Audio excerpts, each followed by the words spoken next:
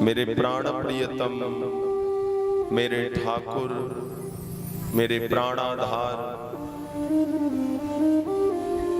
किशोरी लाडली जी की कृपा से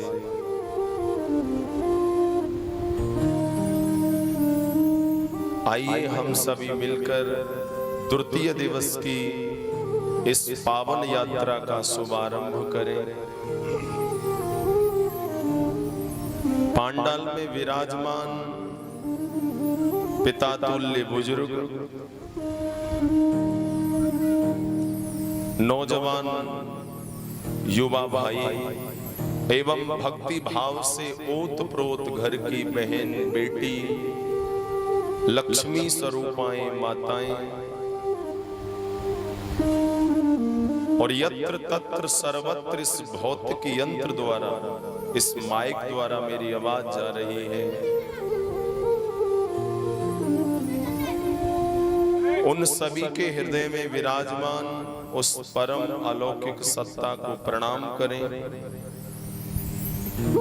और आइए आज की कथा का शुभारंभ करें, जो कल कल कल्लोल करती हुई भागवत की भागीरथी अविरल ज्ञान गंगा है।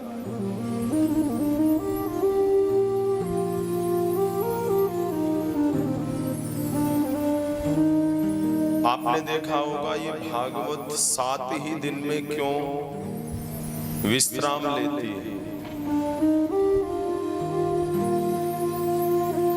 ये 7 ही दिन में क्यों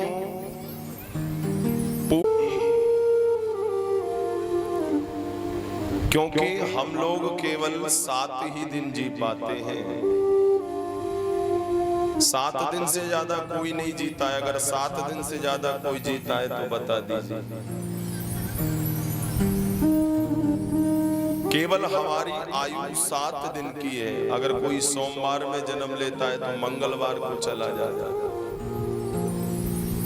मंगल में जन्म लेता है तो बुधवार को चला जाता है। अपितु इन 7 दिन में ही अपने जीवन को हमें व्यतीत करना है। और हमने देखा है लोगों के जीवन में क्लेश का आक्रमण बढ़ गया है।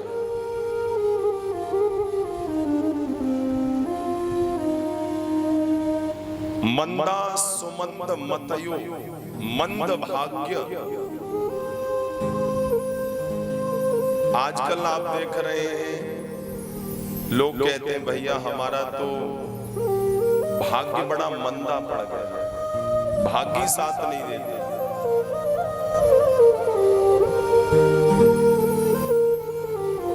हमारी तो मति मंद हो गई है, क्योंकि हमने अपने उन 7 दिनों को क्लेश में आक्रांत कर रखा है। शास्त्र कहता है श्रेयसाम यद भवेशाय नाम च पावनम। कृष्ण क्यों मिले?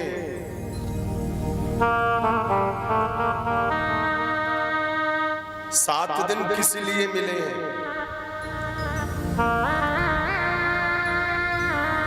7 दिन मिले हैं कि आप अपनी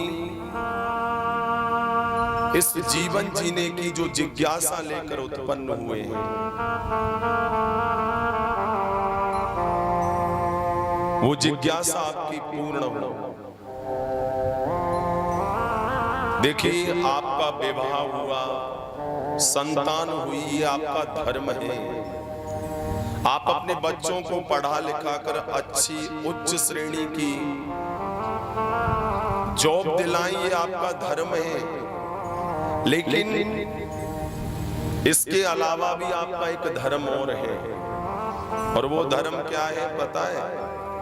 उस धर्म का नाम है परम धर्म।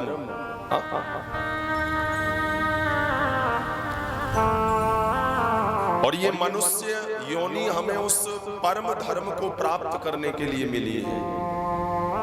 और उसे हम कहते हैं पवर्ग। पवर्ग माने पा भा बा भा मा। ये 5 चीजें पवर्ग में नहीं होती हैं। एक बार आपको पवर्ग मिल जाए तो ये 5 चीजें समाप्त हो जाती हैं। पमाने एक बार आपको पवर्ग मिल जाए फिर आपका पतन नहीं होगा, फिर आप न जन्म लोगे न मृत्यु होगी। उसके बाद आता है फ माने फल इच्छा। हम किसी मंदिर में जाएं तो पहले हमारे मन में कामना रहती है। अभी हम कथा में जाएं तो भगवान से कामना करके जाएंगे, लेकिन उस पवर्ग को पाने के बाद में कामनाओं का अंत हो जाना। प फ और ब माने बंधन। कोई अहमता के बंधन से ग्रसित है, कोई ममता के बंधन से ग्रसित है, लेकिन पवर्ग में कोई बंधन नहीं है। न पवर्गः सपवर्गः, वहां कोई बंधन नहीं है। देखिए हम लोग इस भागवत पांडाल में कई वर्गों में बैठे हुए हैं। स्त्री वर्ग, पुरुष वर्ग, ब्राह्मण वर्ग, क्षत्रिय वर्ग, वैश्य वर्ग, शूद्र वर्ग, लेकिन उस पवर्ग को पाने के बाद में न पवर्ग सपवर्ग, वहां कोई पवर्ग नहीं है।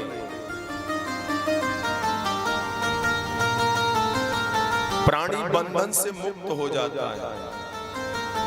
और उसके बाद आता है भ माने भय। हम सभी को भय रहता है, अरे व्यापार करेंगे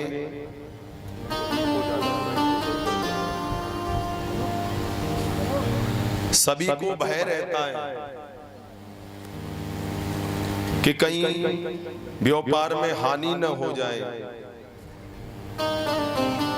लेकिन वहां पर कोई भय नहीं है। और भा के बाद आता है म मानी मृत्यु। फिर जीव की मृत्यु नहीं होती है। तो शास्त्र कहता है पतन फलासा बंद भय, मृत्यु जहां पर नाई, पाभा बाभा मारहित सो अपवर्ग कहाय। ऐसे पवर्ग को पाना प्राणी का धर्म है, लेकिन हम अपने परम धर्म को भूलते जा रहे हैं। बोलिए जय श्री कृष्ण। देखिए हम लोगों के मन में भाव आया चलो कथा सुन ले, तो कथा सुनना आपका मेन उद्देश्य हुआ। घर से आप आए, आपका परम धर्म है कथा सुनना, और रास्ते में कुछ लोग मिल गए तो किसी ने बैठा लिया, आ जाओ भैया हुक्का पी लो, चाय पी लो, तो आप उनके पास बैठे, ये आपका धर्म है, क्योंकि संसारी धर्म भी निभाना है। लेकिन महाराज उस धर्म में इतने लीन न हो जाओ कि लगी कि भागवत की आरती हो गई। यही संसार का नियम है। अब आप आए हैं संसार में तो अपने बच्चों का भरण पोषण करिए, लेकिन कि उस परमात्मा को भूल जाए।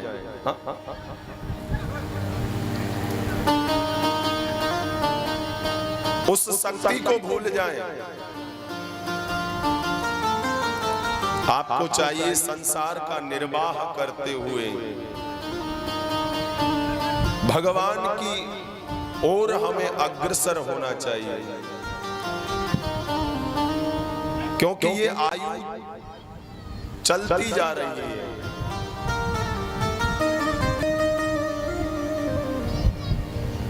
पता नहीं जीवन में कब क्या हो जाए।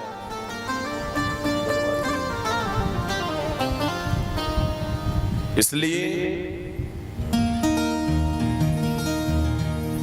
अपने परम धर्म को याद रखना चाहिए। आइए, कल आप लोगों ने श्रवण किया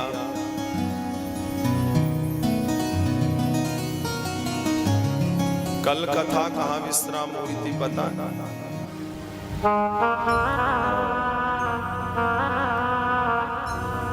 कथा का ध्यान रखिएगा, क्योंकि ऐसा मत करना भूल गई राग रंग भूल गई छकड़ी, हा? और 3 चीज याद रही, नून तेल लकड़ी। परीक्षित जी को याद है, कह रहे भक्ति संवाद पर कथा विश्राम ली थी।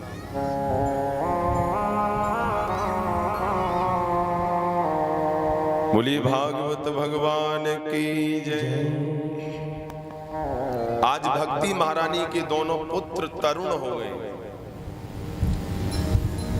नारद जी ने पूछ लिया, भैया ये आपकी भागवत भक्ति ज्ञान वैराग्य को तरुण करती है या और भी कुछ करती है? तो सनत कुमार कहने लगे, हे नारद, हमारी भागवत भक्ति ज्ञान वैराग्य को तरुण तो करती है, अपितु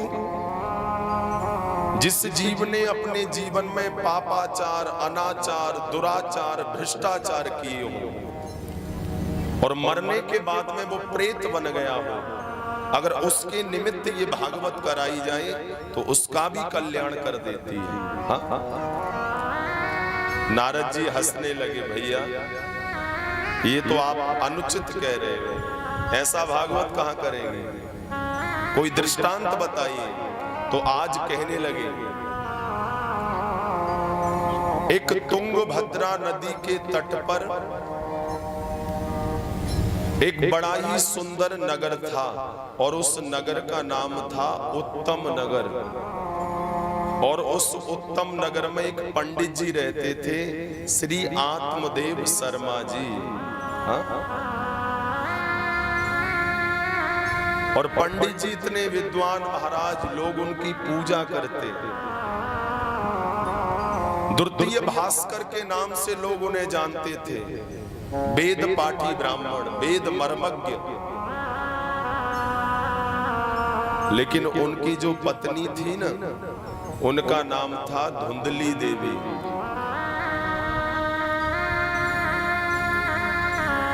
जितने सीधे साधे पंडित जी, उतनी ठीक उनके विपरीत उनकी पत्नी थी।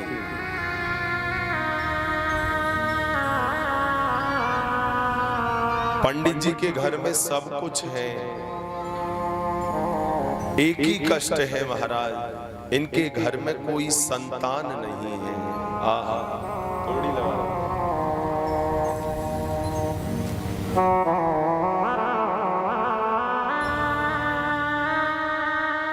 इनके घर कोई संतान नहीं है। आज ब्राह्मण के नेत्रों से अश्रु बहने लगा, झरझर अश्रुपात होने लगा। आत्मदेव जी अगर कोई तुलसी भी लगाते हैं ना, तो उनके हाथ से तुलसी मुरझा जाती है, सूख जाती है।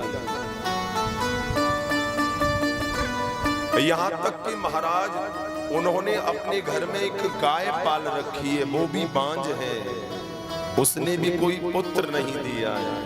हाँ?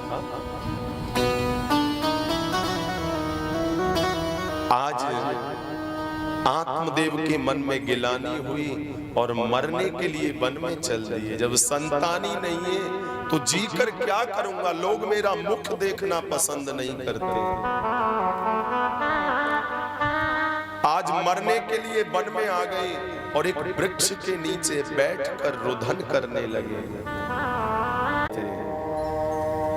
क्योंकि संत कोई साधारण नहीं है।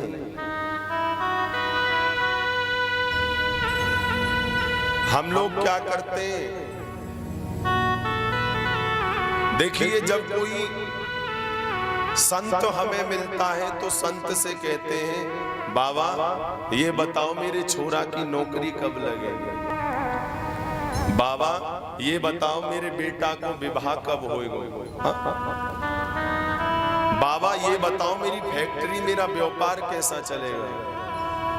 अरे अगर कोई सच्चा संत तुम्हें मिले तो संत से संसार की व्यर्थ बातें मत पूछो।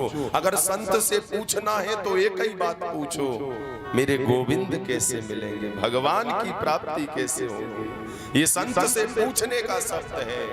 और संत यही काम करते हैं, जीवात्मा को परमात्मा से मिलाने का।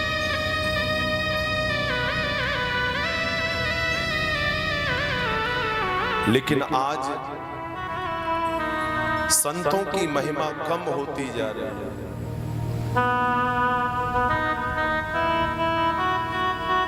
शास्त्र कहता है वृक्ष कबहु नाई फल भगोड़े, ऐसा कोई संत मिले मेरा तार हरि से जोड़े, ऐसा कोई संत मिले मेरा तार हरि से जोड़े, ऐसा कोई संत मिले। ऐसा कोई संत मिले, ऐसा कोई गुरु मिले, ऐसा कोई संत मिले, ऐसा कोई गुरु मिले। ओ मेरा तार प्रभु से जोड़े, ऐसा कोई संत मिले मेरा तार हरि से जोड़े, ऐसा कोई संत मिले। जब मैं अटकूं, जब मैं भटकूं, जब मैं मेरा तार हरि से जोड़े, ऐसा कोई संत मिले। मेरे मन का रिश्ता जोड़े, ऐसा कोई संत मन का रिश्ता जोड़े, ऐसा कोई संत मिले। संत भगवान की जय।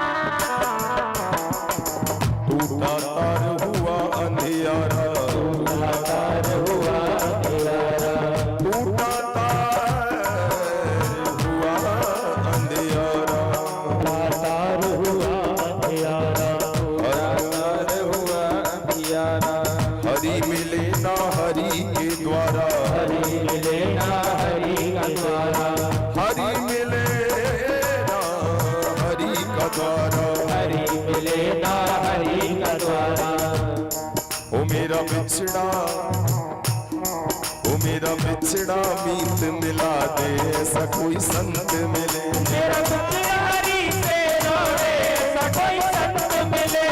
तार प्रभु से जोड़े, ऐसा कोई संत मिले मेरा तार हरि से जोड़े, ऐसा कोई संत मिले। तार हरि से जोड़े, ऐसा कोई संत मिले मेरा तार हरि से जोड़े, ऐसा कोई संत मिले। तार प्रभु से जोड़े, ऐसा कोई संत मिले मेरा तार हरि से जोड़े, ऐसा कोई संत मिले। जय जय गुरुदेव, जय जय गुरुदेव, जय जय गुरुदेव, जय जय गुरुदेव, जय जय गुरुदेव, जय जय गुरुदेव, जय जय गुरुदेव, जय जय गुरुदेव, जय जय गुरुदेव, जय जय गुरुदेव, जय जय गुरुदेव, जय जय गुरुदेव। मेरा तार हरि से जोड़े, ऐसा कोई संत मिले मेरा तार हरि से जोड़े, ऐसा कोई संत मिले। ऐसा कोई हरि से जोड़े, ऐसा कोई संत मिले। मेरा तार हरि से जोड़े, ऐसा कोई संत मिले। हो मेरा तार प्रभु से जोड़े, ऐसा कोई संत मिले। तार जोड़ने का विषय है, और जिस दिन ये तार जुड़ गया ना, तो इस भवसागर से हम पार हो जाएंगे। बस तार जुड़ने की देरी है। आज आत्मदेव जी रो रहे हैं। अब संत ने देखा, पूछ लिया, क्योंकि संत बड़े दयावान होते हैं, जिसके ऊपर रीझ जाए तो उसका आनंद हो जाता है। संत कहने लगे, कथम रोदिसी विप्र त्वम काते चिंता बलियसी। अरे ब्राह्मण, काते चिंता बलियसी कथम ब्रह्मन। अरे हे ब्राह्मण, आप क्यों रो रहे हैं? अपने रोने का कारण तो बताइए। आत्मदेव जी कहने लगे, महाराज मेरे पास सब कुछ है, लेकिन मेरे कोई संतान नहीं है। मैं गाय पालता हूं तो गाय ने भी कोई पुत्र नहीं दिया है, वो भी बांझ है। मैं तुलसी लगाता हूं, तुलसी सूख जाती है। मेरे पितृ मुझसे जल लेना स्वीकार नहीं कर रहे हैं। ऐसे जीवन से क्या फायदा जो तुम्हारे पितृ तुमसे सुखी नहीं है। महाराज आप ऐसी कृपा कर दो। संत कहने लगे, भैया क्या रखा है घर गृहस्थी में? गृहस्थी के मोह को त्याग दो।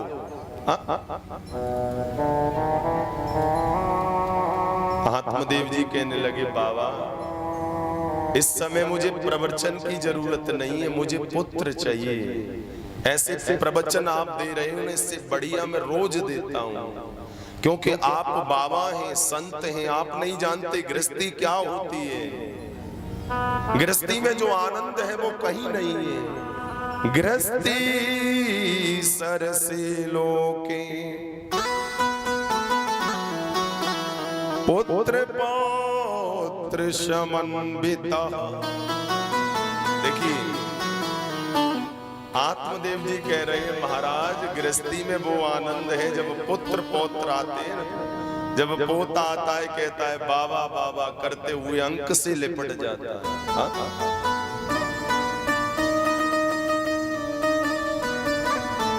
संत कहने लगे, भैया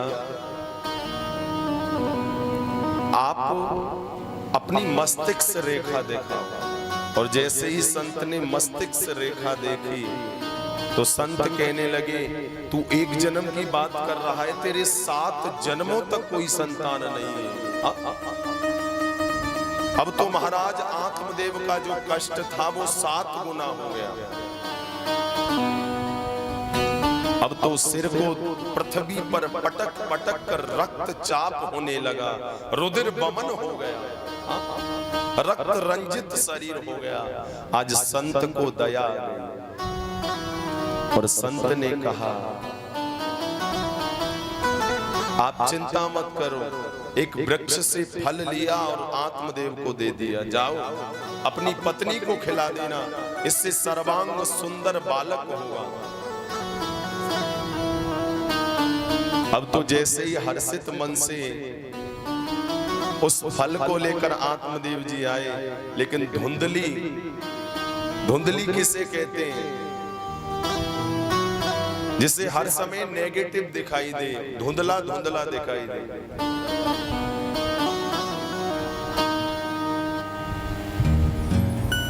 अब जैसे ही आत्मदेव जी फल लाए, धुंधली को लाके दिया। धुंधली ने कहा, हाँ महाराज मैं खा लूंगी, आप चिंता मत करो। अब धुंधली के हाथ में फल दे गए। इतनी देर में धुंधली ने एक पड़ोसिन को बुला लिया और पड़ोसिन से कहने लगी, बहन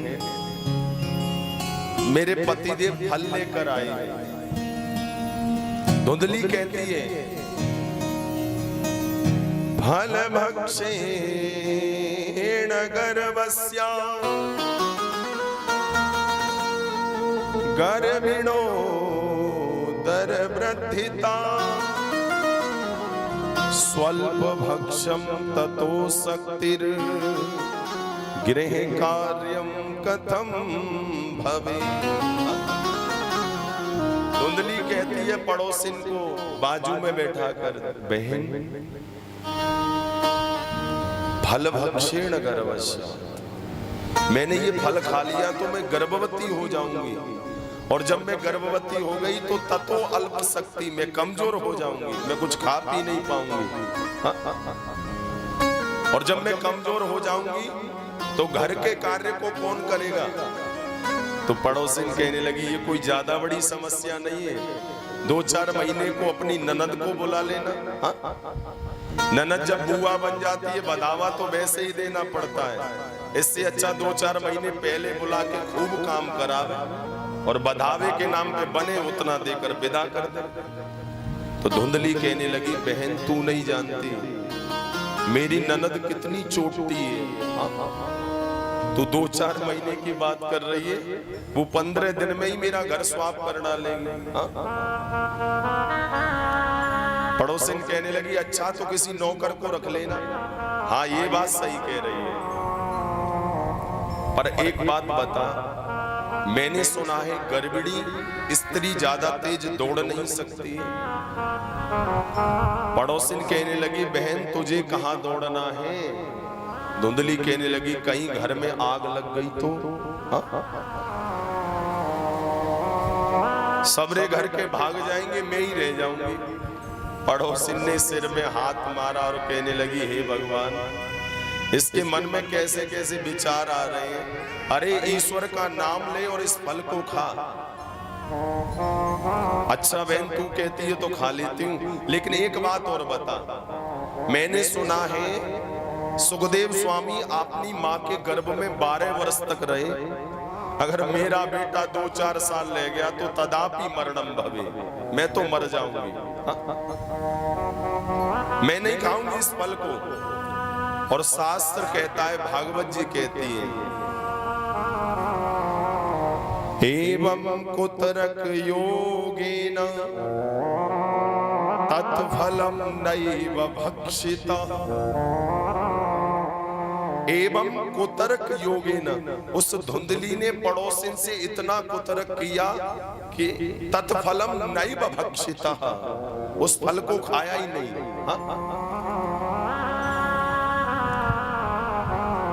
एक दिन क्या हुआ, एक दिन धुंधली की बहन आ गई। धुंधली की बहन के घर में बहुत संतान है लेकिन धन नहीं है। धुंधली की बहन कहने लगी बहन तू चिंता मत कर, अब के मैं गर्भवती हूं, मेरे गर्भ से जो बालक होगा उसे तू ले लेना और इसके बदले में मुझे धन दे देना। तुझे संतान की जरूरत है, मुझे धन की जरूरत है। अब तो महाराज धुंधली ने ऐसा ही किया और उस फल को एक गाय को खिला दिया। कालांतर में 9 मास पूर्ण होने के उपरांत धुंधली की बहन के गर्भ से एक बालक ने जन्म लिया और इधर 10 मास पूर्ण होने के उपरांत एक गाय ने भी मानव पुत्र को जन्म दिया। बोलिए जय श्री कृष्ण। कहा तो पंडित जी के घर में एक भी संतान नहीं थी, अब तो गाय ने भी मानव पुत्र को जन्म दिया है। कहते हैं ना परमात्मा जब देता है तो छप्पड़ फाड़ कर देता है। शास्त्र कहता है आत्मदेव के भाग्य खुल गए। भाग्योदयो धुना जात आत्मदेवस्य पश्यता धेनुवा बालक प्रसूतस्त दैवरूपी कौतुकम।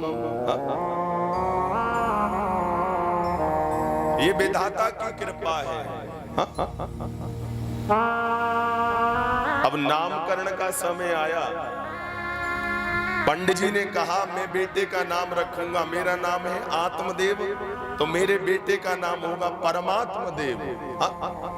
धुंधली ने हाथ पकड़ लिया, जी तुम कौन होते हो नाम रखने वाले? 9 महीने कष्ट मैंने भुगते और नामकरण तुम करोगे? जब मेरा नाम धुंधली है तो मेरे पुत्र का नाम धुंधकारी होगा। धीरे धीरे समय व्यतीत हुआ और जैसे ही समय व्यतीत हुआ दोनों बालक विख्यात हुए, एक कुख्यात हुआ और दूसरा विख्यात हुआ। और कैसे विख्यात हुए? गोकर्णो पंडितो ज्ञानी, धुंधकारी महाखल। गोकर्ण महाराज पढ़ लिख कर पंडित बन गए, और पंडित कोई बिरादरी नहीं है, पंडित कोई वर्ण नहीं है, ब्राह्मण वर्ण है, ब्राह्मण एक बिरादरी है। पंडित किसे कहते हैं? गीता में भगवान कहते हैं, अर्जुन गतांसुस गतासु नानु सोचंति पंडिता। सत असत विवेचनीय बुद्धि को पंडित कहते हैं। जिसको सही और गलत लेने का निर्णय आता हो वह पंडित कहलाता है।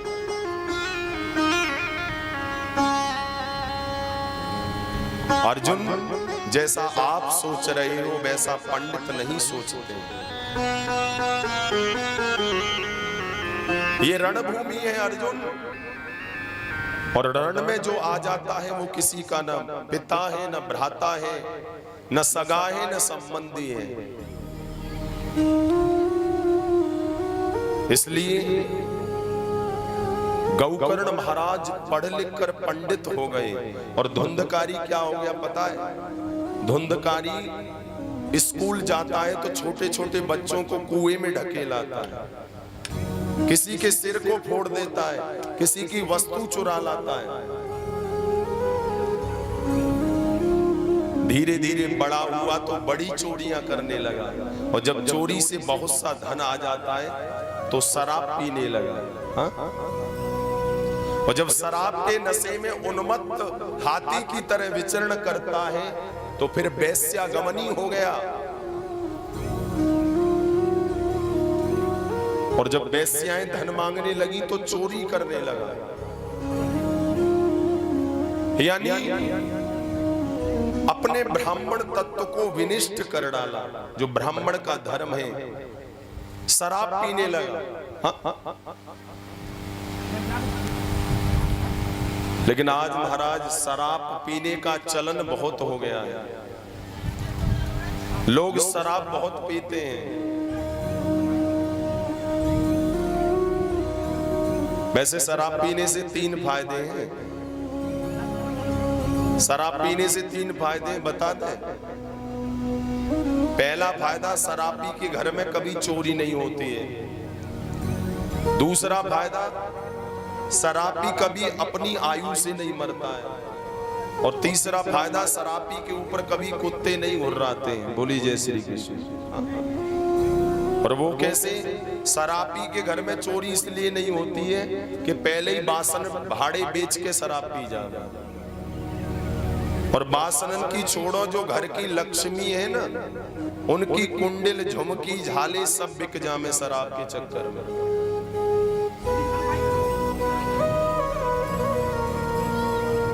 महाराज घर में कुछ भी ना छोड़े, अब चोरी कहां से होगी बताओ।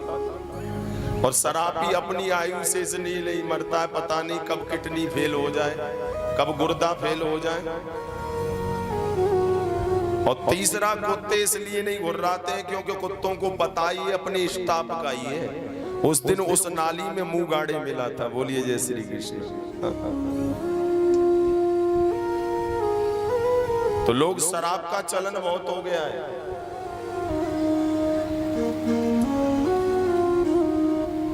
शराब पीने से यश, कीर्ति, सम्मान सभी विनिष्ट हो जाता है, जैसा आज धुंधकारी ने अपने कुल खानदान का कर दिया। जो ब्राह्मण घर घर में पूजा जाता था, आज उसके बेटे के कर्मों के कारण लोग उसे धिक्कारने लगे। कोई अपने दरवाजे पर नहीं बैठाता है क्योंकि शास्त्र कहता है कर्म ही आपकी पहचान है, वरना एक नाम के तो हजारों इंसान हैं। आदमी नाम से नहीं जाना जाता है, अपितु कर्म से जाना जाता है। आज धुंधकारी ने ऐसे दुराचरण में विलीन हो गया। अब तो महाराज आत्मदेव जी रोने लगे, फिर दोबारा रो रहे हैं। उस दिन भी रो रहे थे मेरे कोई संतान नहीं है, और आज इसलिए रो रहे हैं कि भगवान तूने मुझे संतान क्यों दी।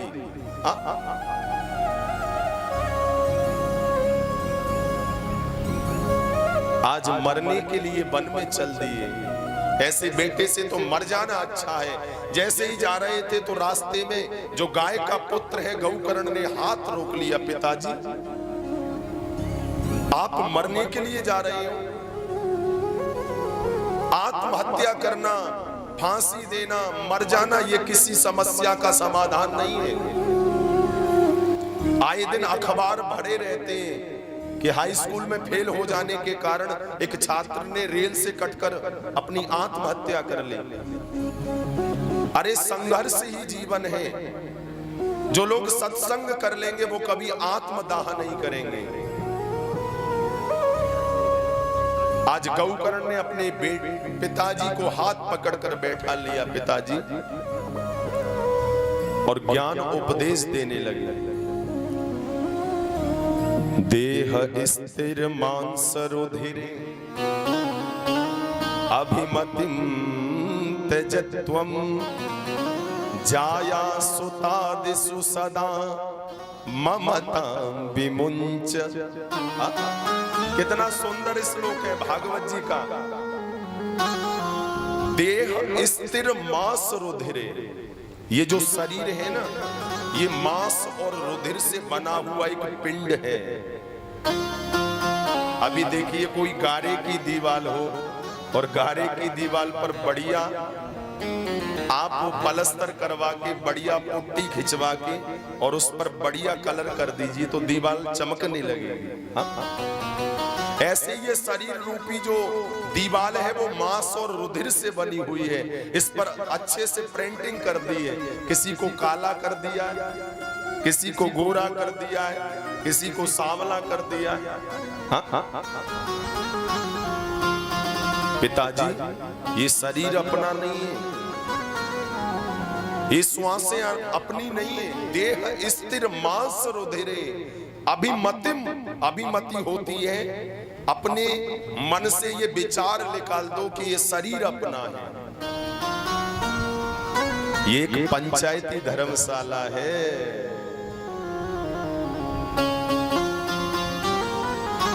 ये शरीर पंचायती धर्मशाला है, और ये पंचायती धर्मशाला के मालिक कौन है? 5 पंच हैं। कौन कौन से पंच हैं इस धर्मशाला के मालिक? इस पंचायती धर्मशाला के 5 पंच हैं। छित जल पावक गगन समीरा,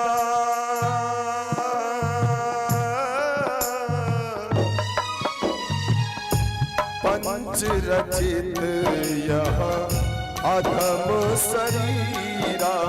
राम सिया राम, सिया राम जय जय राम। राम सिया राम, सिया राम जय जय राम।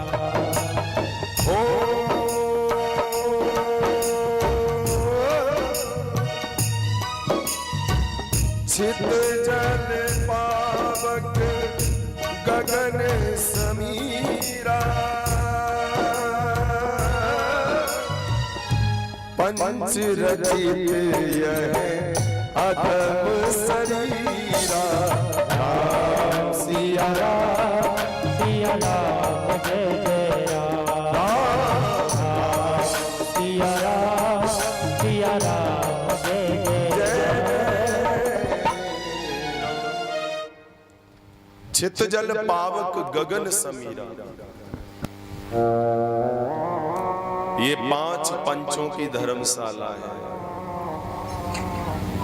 और 5 पंचों की जगह पर अगर कोई चाहे कि मैं कब्जा कर लूं तो कब्जा नहीं होता है। हम लोग कब्जा करते हैं, इस शरीर को कोई छोड़ना नहीं चाहता है।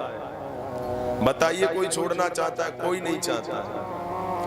तो भगवान क्या करते हैं पता है? जो आदमी पंचायती धर्मशाला पर अपना अतिक्रमण करता है तो भगवान फिर बुलडोजर चलवा देते हैं। बोलिए जय श्री कृष्ण। जैसे बाबा चलवा रहे हैं ना, योगी बाबा, जहां पर देखा अतिक्रमण हो रहा है,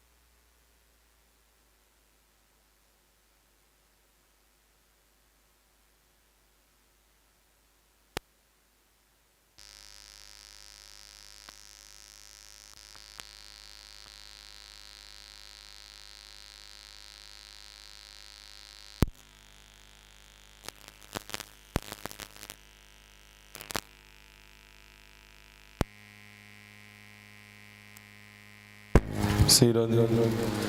जय जय श्री राधे। देह ये पंचायती धर्मशाला है और फिर भगवान क्या करते हैं? इस पर बुलडोजर चलवा देते हैं। देखते देखते हमारे बाल उड़ जाते हैं,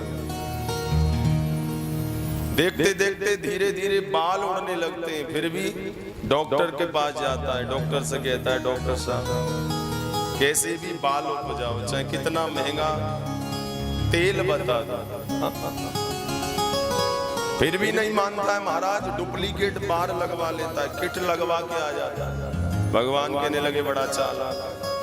भगवान दूसरा आक्रमण करते हैं, मुख से दांत उखड़ जाते हैं, लेकिन फिर भी नहीं मानता है। डॉक्टर के पास जाता है, डेंटल के पास, कहता है डॉक्टर साहब पैसा चाहे 64,000 ले लो, लेकिन 3200 दांत ओरिजिनल लगने चाहिए। भगवान कहने लगे बड़ा कलयुगी पुरुष, बड़ा चालाक। अब भगवान जरा को आक्रमण के लिए भेजते हैं, बुढ़ापा, फिर भी भगवान का भजन नहीं करता है। बार बार मुनि यत्न कराही, अंत राम कहीं आवत नहीं। अंत के समय पर प्रभु का स्मरण नहीं रहता है। पिताजी, इस शरीर के रूपी ममता को हमें त्याग देना चाहिए। दूसरे श्लोक में कहा जाया सुता दिशु ममताम विमुंचः। जाया किसे कहते हैं पता है? जाया कहते हैं पत्नी को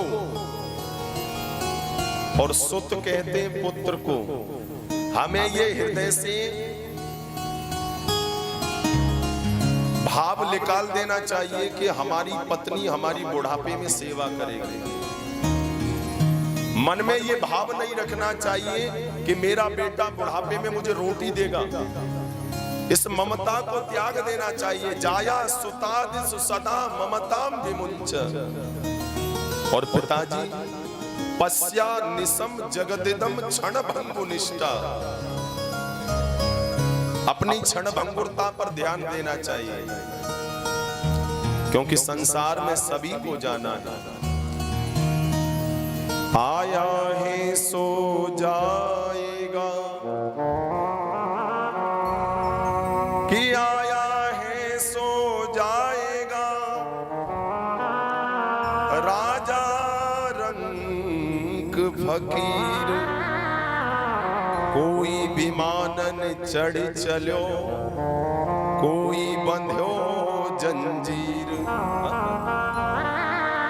सभी को जाना है, और जब हम जाएं तो लोग हमें याद करें। कबीरा जब पैदा हुए, कबीरा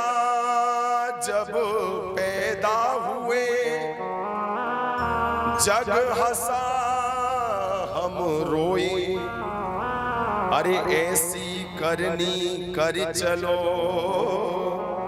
हम हंसे जग रोए।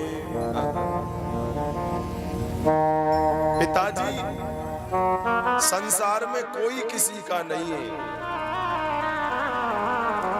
इस संसार में सभी दुखी हैं।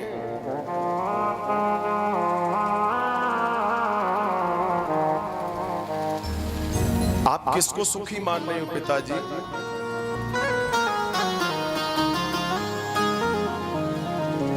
ये संसार एक दुखालय है।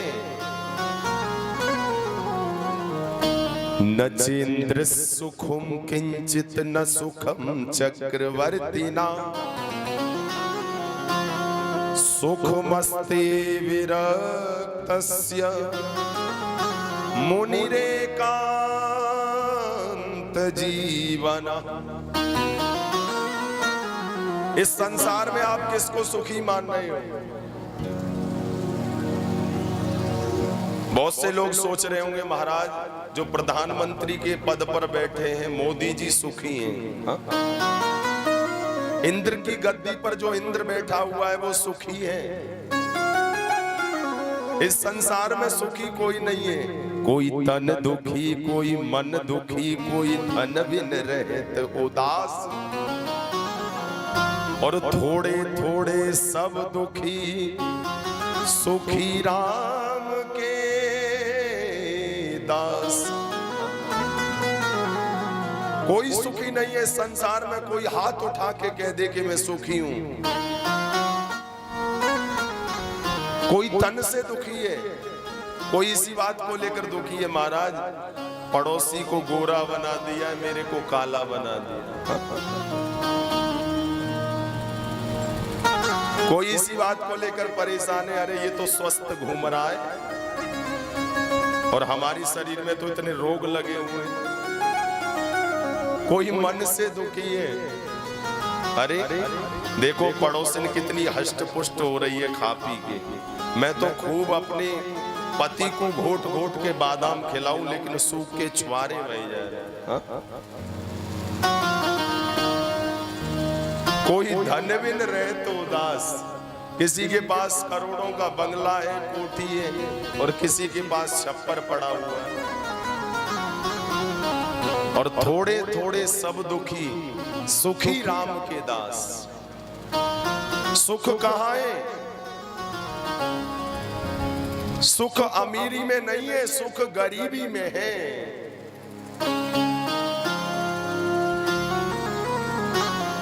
हम लोग बड़े बड़े शहरों में कथा करने के लिए जाते हैं, तो जो बड़े बड़े बिजनेसमैन हैं, हमने पूछा भैया आप इतने पैसे वाले, आप तो सोना खाते होंगे, तो क्या कहते हैं बताएं महाराज, डायबिटीज इतनी बढ़ गई है कि डॉक्टर ने कहा है मूंग के दाल का पानी और बिना चुपड़ी रोटी, और रोटी की ऊपर से पापड़ी उतार के खानी है, रोटी भी नहीं खानी। जो करोड़ों अरबों रुपए का जिनका टर्नओवर है, वो लोग दाल का पानी पीकर रहते हैं। और अपने किसान को देख लीजिए, खेत में काम करने वाले शाम को पामरा चलाकर आते हैं और रात को आके चकाचक नींद आ जाती है महाराज। सली नहीं बढ़ती कब सो गए। तो जो आनंद फकीरी में है ना, वो अमीरी में नहीं है। ओ वाह वाह रे मौज फकीरा दी, वाह रे मौज फकीरा, वाह वाह रे मौज फकीरा दी, वाह रे मौज फकीरा दी, वाह रे वाह रे वाह रे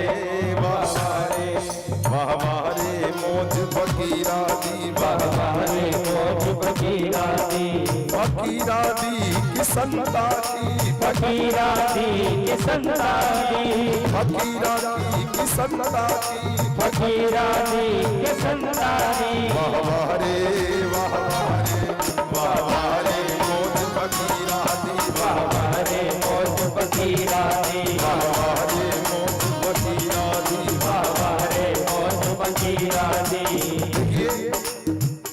फकीर जो होगा ना, आप उसे चना दे दीजिए, चना भी बड़े प्रेम से खाएगा और आप रबड़ी दे दीजिए, जैसे वो चनाओं को खाता है ऐसे रबड़ी को खाएगा।